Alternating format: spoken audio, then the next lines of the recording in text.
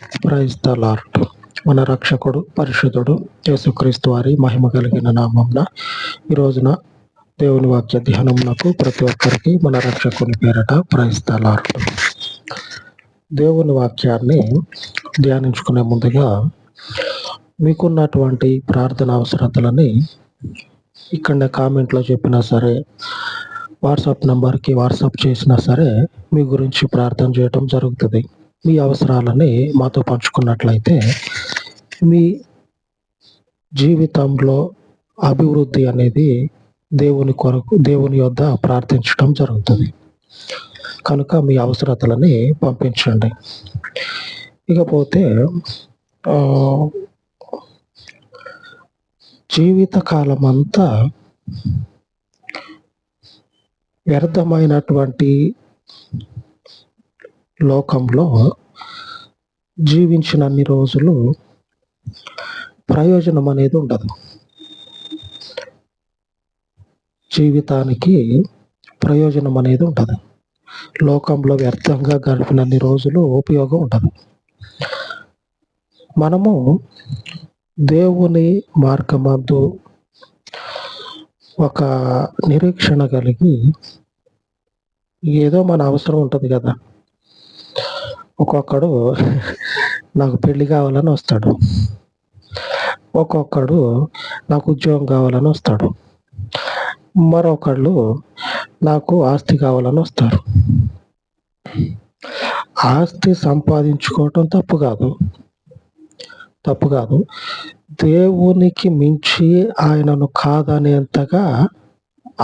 కాదనుకునేంతగా సంపాదించడం అనేది తప్పు. ఆస్తి అనేది మనకి కలగటం వల్ల దేవునికి ఘనత వస్తుంది. అలాగనే మనము ఆశీర్వదించబడటం వల్ల, మనకు ఉద్యోగం రావటం వల్ల, మనకి వివాహం జరగటం వల్ల మన యొక్క పరిధి అనేది విస్తరించుకుపోతూ ఉందనుకోండి, అప్పుడు దేవునికే కదా ఘనత. కొద్దిమంది ఆలోచన ఎలాగుంటుందంటే పరిధిని దాటి, అనగా దేవుని యందు ఉండాల్సినటువంటి ఆ భక్తి అనేది దాటి ఏమవుతుందంటే వారి స్వకీయ నాశనం కోరుకునేంతగా వారి యొక్క ఆశ అనేది దేవుణ్ణి దాటిపోతుంది. అది తప్పు, అది వద్దు. అది కనుకుంటే మొదటికే మోసం. అది కనుకుంటే మొదటికే మన జీవితాలు చిన్నాభిన్నం అవుతాయి. కాబట్టి లోకమందు ఉన్నన్ని రోజులు మనకు ఉపయోగం లేదు. ఇక మీదటైనా మనము ఒక పని నిమిత్తము, ఒక ఉద్దేశంతో ఆయన యందు నిలబడి ఉన్నాం. అప్పుడు మన యొక్క ఆలోచన, మన యొక్క విశ్వాసము ఎలాగుండాలా? గట్టిగా ఉండాలి. గట్టిగా ఆయన పట్టుకుంటే ఆయన వదిలిపెట్టి అన్నగానే వదలొద్దు, అంత గట్టిగా ఉండాలి. చూడండి, ఒకసారి అప్పటి వరకు లోక వెంబడి తిరుగుతూ ఉండే, అప్పటి వరకు లోకాన్ని హత్తుకొని ఉండే, అప్పటిదాకా లోకంలో ఉన్నటువంటి ఆ జీవితంలో ఉన్న పరిస్థితుల మధ్యలో ఎప్పుడు కూడా ఇంత బాధపడినట్లు కానీ, మాకు ఆ కొరత అనేది ఉన్నది అనేటువంటి ఆలోచన మనల్ని కుంగదీసినట్లు కానీ ఉండదు. లోకంలో ఉన్నప్పుడు మనల్ని మనం కుంగిపోయేంతగా ఉండదు. ఎప్పుడైతే దేవునిలోకి మనము వస్తామో అప్పుడు ఎలాగుంటుందంటే మన విశ్వాసాన్ని మనము కుంగ తీసుకునే విధంగా మన ఆలోచనలు ఉంటాయి. దేవునిలోకి వచ్చినాక ఆ ఆలోచన అనేది వద్దు మనకి. లేఖనం చదివినట్లయితే ఆ విషయం స్పష్టంగా కనపడతా ఉంటుంది. పరిశుద్ధుల జీవితాల్లో, విశ్వాసం కలిగినటువంటి వారి జీవితాల్లో స్పష్టంగా కనపడతా ఉంటుంది. విశ్వాసం అనేది దేవునికి స్పష్టంగా కనపరచాలి, అవిశ్వాసం కాదు. విశ్వాస జీవితంలో విశ్వాసము, నమ్మకము, నిరీక్షణ దేవుడు చేస్తాడు. ఆయన చేస్తా అని చెప్పే ఈ జీవితాన్ని ఇచ్చాడు. ఆమేన్. దేవునికి స్తోత్రం కలుగును గాక. ఆయన చేస్తా అని చెప్పే ఈ జీవితాన్ని ఇచ్చిండు. ఈ జీవితాన్ని ఇచ్చిన తర్వాత ఆయన చేయక మానడు. అది మన జీవితంలో ఉండటం వల్ల ఆయనకే పేరు గాని మనకు కాదు. మొదట పేరు ఆయనకే, తర్వాత మనకి. మొదట పేరు రావాల్సింది ఆయనకే. కాబట్టి ఆయన ఏం చేస్తాడంటే తన ఘనమైనటువంటి నామాన్ని బట్టి తన ప్రజలకు ఆయన మేలు చేయక మానడు. తన ప్రజలను విడిచిపెట్టకుండా ఆయన నడిపిస్తా ఉంటాడు. ఆదికాండము 18వ అధ్యాయము 14వ వచనం. ఆదికాండం 18:14. యెహోవాకు అసాధ్యమైనది ఏదైనా నున్నదా? మీదటికి ఈ కాలంన నిర్ణయ కాలమందు నీ యొద్దకు తిరిగి వచ్చేదను. అప్పుడు శారాకు కుమారుడు కలుగుననెను. మీదటికి ఈ కాలం అంటే వచ్చే ఏడు ఇదే సమయానికి నేను మరలా వస్తా. అప్పుడు జరిగేది ఏంటంటే దేవునికి సాధ్యము కానిదంటూ ఏదీ లేదు అని నీవు గుర్తిస్తావు. ఆ వెనుక జీవితంలో ఉన్నటువంటి అవిశ్వాసపు క్రియల తాలూకు ఆ విశ్వాసంలో ఉండాల్సినటువంటి జీవితం అనేది అవిశ్వాసపు క్రియలు విశ్వాస జీవితంలో కనపరిస్తే ఇదిగో దేవుడు ఈ రీతిగా మాట్లాడతాడు. ఒకానొక సందర్భంలో మనము విశ్వాసము లేనటువంటి స్థితిలో, గురి లేనటువంటి జీవితంలో ఉన్నప్పుడు ఆ పరిస్థితికి, ఆ జీవితానికి, ఆ లేనటువంటి స్థితికి సరిపోతుంది. కానీ ఇప్పుడు అన్నిటినీ సాధ్యపరచగలిగినటువంటి దేవుడు. ఆ దేవుడు మొదట పిలిచిందే ఈ విషయాన్ని టార్గెట్ చేసి, మొదట దేవుడు పిలిచిందే ఇదే విషయాన్ని గుర్తు చేస్తా దేవుడు పిలిచిండు. ఆమేన్. దేవునికి ఘనత కలుగును గాక. దేవుడు పిలిచినప్పుడే వారి యొక్క హృదయంలో ఉన్నటువంటి ఆ లోటు ఏదైతే ఉందో ఆ లోటుని గుర్తించి ఆ లోటులో నుంచి దేవుడు పిలిచిండు. నేను గొప్ప జనంగా చేస్తా, నువ్వు రా అని చెప్పని అన్నాడు. నేను గొప్ప జనంగా చేస్తా. కానీ అక్కడ శారా ఏమంటా ఉందంటే అసలు ఇది అయ్యే పనేనా? ఇది జరుగుతుందా? ఇది అసలు జరిగేదేనా అని అంటా ఉంది. దేవునికి సాధ్యం కానిది ఏది కూడా లేదు. అందుకే దేవుడు చెప్తా ఉన్నాడు. అందుకే దేవుడు తిరిగి మరలా ప్రత్యుత్తరం ఇస్తా ఉన్నాడు. యెహోవాకి అసాధ్యమైనది ఏదైనా ఉన్నదా? లేదు కదా. మరి విశ్వాస జీవితంలో అవిశ్వాసపు క్రియలు కనపరచడం ఎందుకు? అందులో ఆయన ముందు ఈ అవిశ్వాసపు మాటలు ఎందుకు? ఆయన పిలిచిందే నిన్ను గొప్ప జనంగా చేస్తా అని.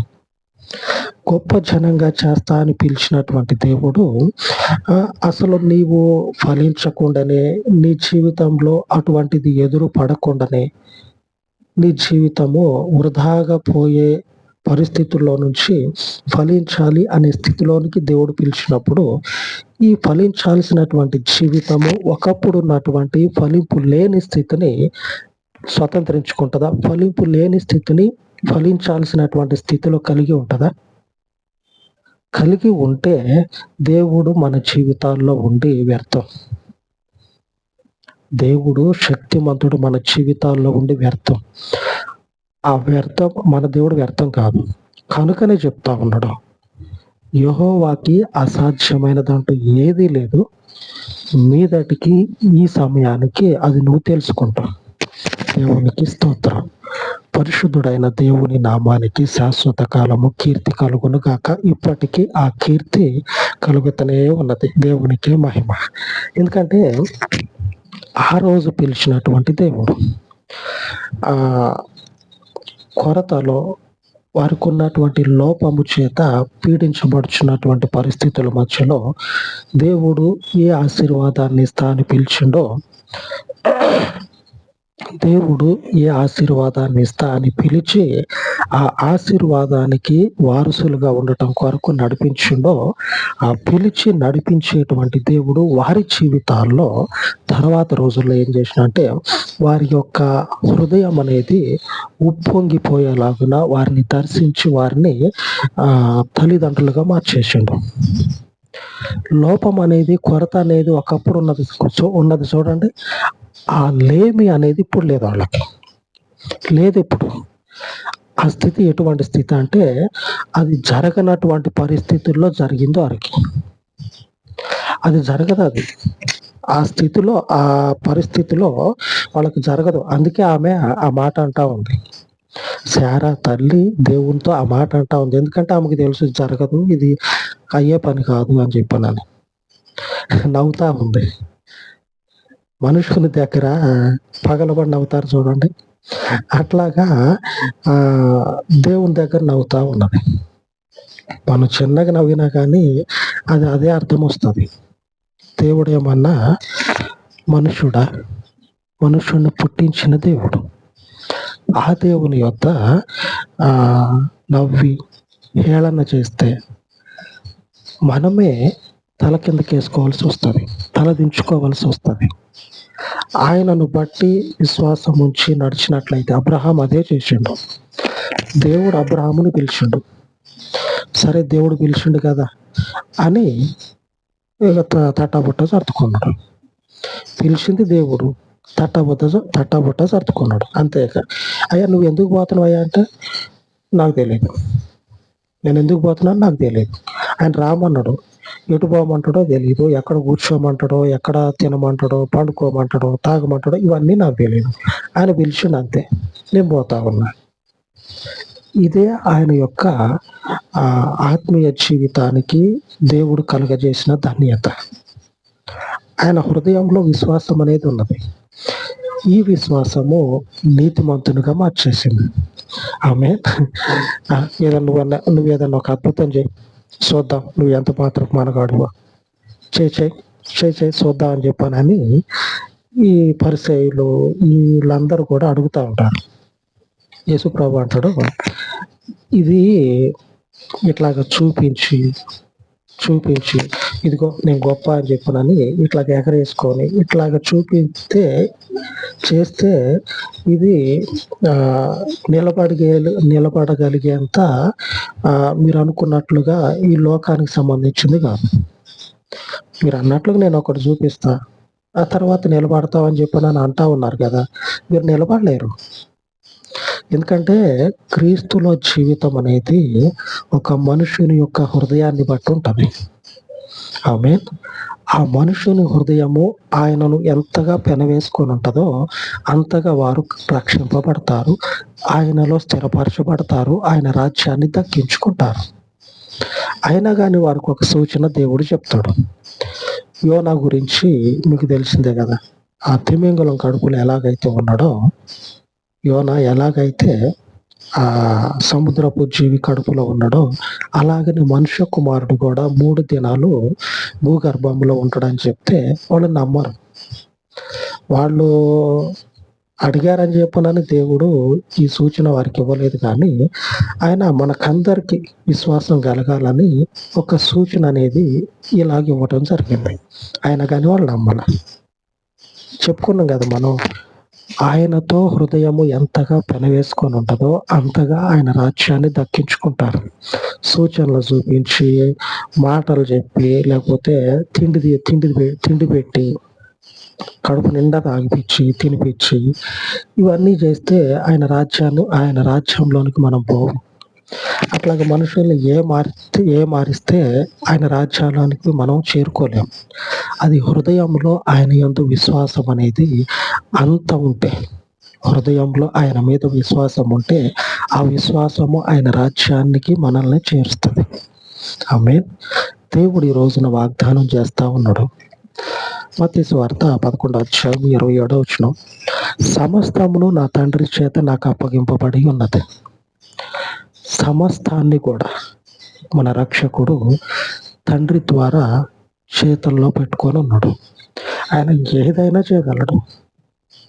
మన జీవితాల్లో ఆయన ఎంత మేలు చేయడానికైనా కానీ సిద్ధమే.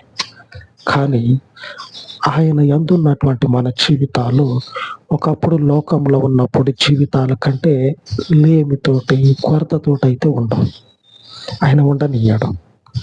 శారా తల్లి ఒకప్పుడు నేను ఆమెకి బాధ ఉంటుంది. ఆ బాధను బట్టే నవ్విందేమో. ఆమేన్. ఆ బాధను బట్టే నవ్వుండాలి. ఎందుకంటే నలుగురు అమ్మలక్కలు ఒక దగ్గర గుంపు అయ్యారంటే చాలు. ఆ అమ్మ ఏం చేస్తుంది, ఈ అమ్మ ఏం కూర వండింది ఈరోజు, ఇదే ముచ్చట. అవునక్క, ఆమెకి పిల్లలు కానే కావట్లే, ఎన్ని రోజులు ఇట్లా ఉంటుందో అక్క అని చెప్పిన ఇట్లా ఎన్ని మాటలు అని ఉంటారు ఆమెని. ఆ బాధను బట్టి దేవుని దగ్గర బాధపడతా ఉంటే ఒకప్పుడు విశ్వాస జీవితంలో ఎంతటి బాధ అనుభవించిందో అవిశ్వాస జీవితంలో అనగా లోకంలో ఉన్నప్పుడు, ఆయనలో లేకుండా లోకానుసారంగా ఉన్నప్పుడు ఎంత బాధ అనుభవించిందో ఆ బాధకి రెట్టింపు దీవెన విశ్వాస జీవితంలో దేవుడు మనకు అనుగ్రహిస్తాడు. ఎందుకంటే సమస్తాన్ని కూడా ప్రభువు తండ్రి దేవుడు మన క్రీస్తుకు అనుగ్రహించి ఉన్నాడు. క్రీస్తునందున్నటువంటి మనకి దేనికి కూడా ఆయన కొరత రానివ్వడు, సమృద్ధిగా ఇస్తాడు. ఆమేన్. విశ్వాసంలో ఒకప్పటి జీవితాన్ని పోల్చుకొని విశ్వాసాన్ని తక్కువ చేసుకోవద్దు. ఆయన గొప్పగా దీవించే దేవుడు. అలాగ ప్రార్థించుకుందాం.